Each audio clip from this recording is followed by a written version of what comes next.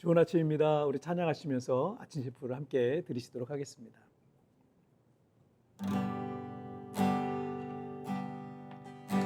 주의 자녀로 산다는 것을 그 가운데로 걸어가는 것, 그 속에서 신실하게 날 지키시는 그 손길을 경험하는 것, 때론 불 가운데 휩싸일 때도 폭풍 가운데 무너질 때도 주님 내 곁에 함께 하시네. 가장 가까이에 함께 하시네. 아멘. 자, 우리 같이 기도하시겠습니다. 하나님 아버지 감사합니다. 오늘도 우리가 삶을 살아갈 때 내 힘과 내 능력으로 살아가다 때때로 넘어지고 지칠 때가 많습니다.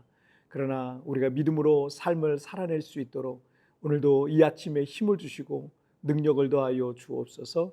감사하며 예수님의 이름으로 기도하옵나이다. 아멘. 오늘 우리에게 주신 하나님의 말씀은 시편 140편 9절부터 12절까지의 말씀 제가 봉독해 올리도록 하겠습니다. 나를 애워싸는 자들이 그들의 머리를 들 때 그들의 입술에 재난이 그들을 덮게 하소서. 뜨거운 숯불이 그들 위에 떨어지게 하시며 불 가운데 깊은 웅덩이에 그들로 하여금 빠져 다시 일어나지 못하게 하소서. 악담하는 자는 세상에서 굳게 서지 못하며 포악한 자는 재앙이 따라서 패망하게 하리이다. 내가 알거니와 여호와는 고난당하는 자를 변호해 주시며 궁핍한 자에게 정의를 베푸시리이다. 진실로 의인들이 주의 이름에 감사하며 정직한 자들이 주의 앞에서 살리이다. 아멘. 베트남 전쟁이 끝난 1970년대부터 작은 보트에 가족들을 태우고 공산화된 이 베트남을 탈출하던 난민들을 이제 보트피플이라고 이렇게 불렀습니다. 베트남이 공산화되자 모든 생산 수단이 국유화돼 버리고 정부가 모든 경제 활동을 강력히 통제하기 시작했고 공산당원이 모든 당 조직과 행정 조직을 독점하게 됩니다. 때문에 부유층, 중산층, 종교인들은 탄압당하기 시작했고 정부는 이 반동분자를 색출해 처벌해 내기 시작합니다.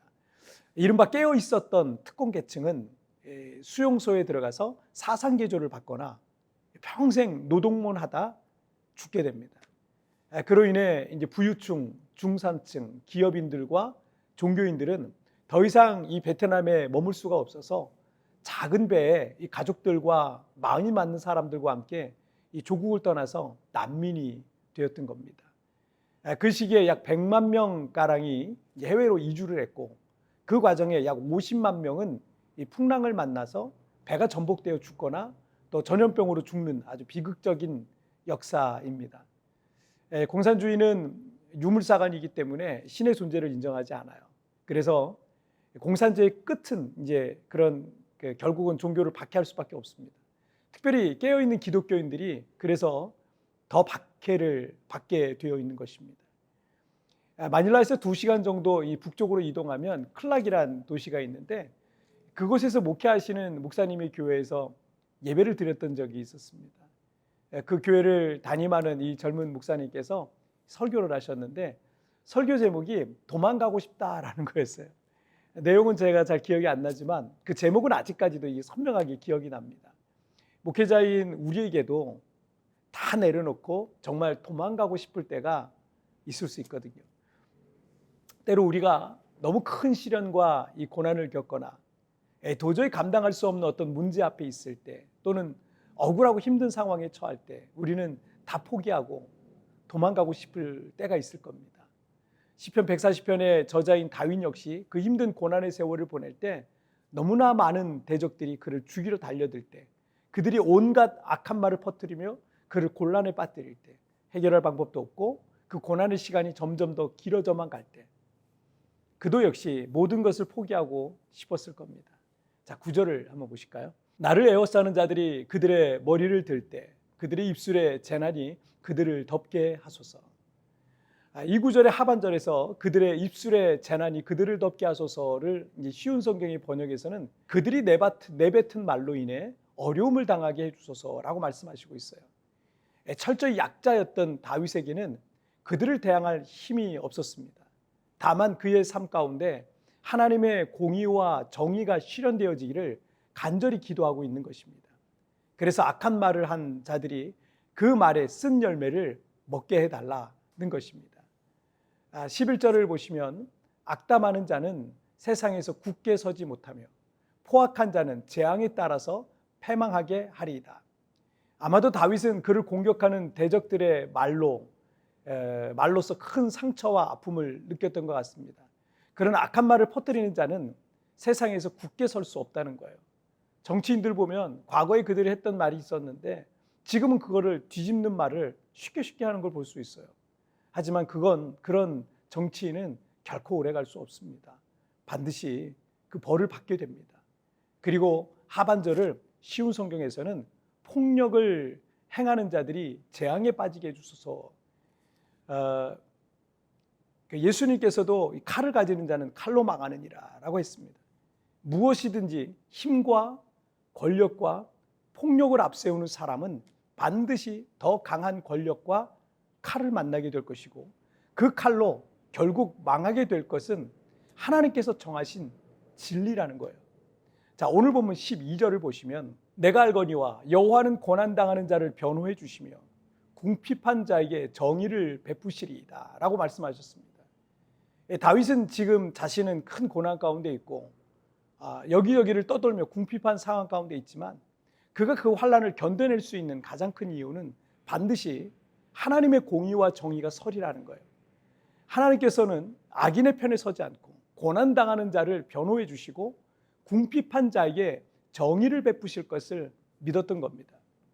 그 믿음이 그가 그 고난의 세월을 견뎌내고 이겨낼 수 있었던 이유였던 것입니다.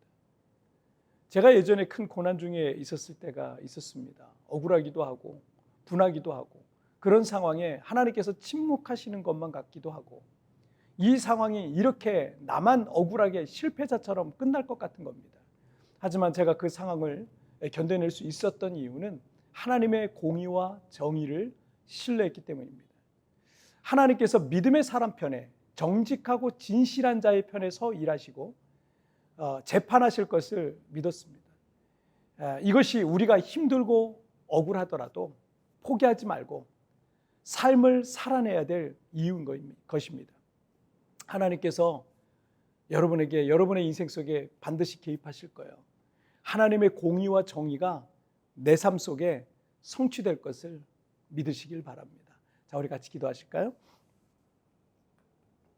살아계신 하나님 아버지 감사합니다. 오늘도 이렇게 하나님 앞에 예배하며 이 하루를 시작하는데 때때로 억울하고 힘들고 어려운 그런 상황 속에 우리가 있기도 하지만 그러나 하나님은 공의의 하나님이시고 하나님의 정의는 반드시 바로 서게 될 줄 믿습니다.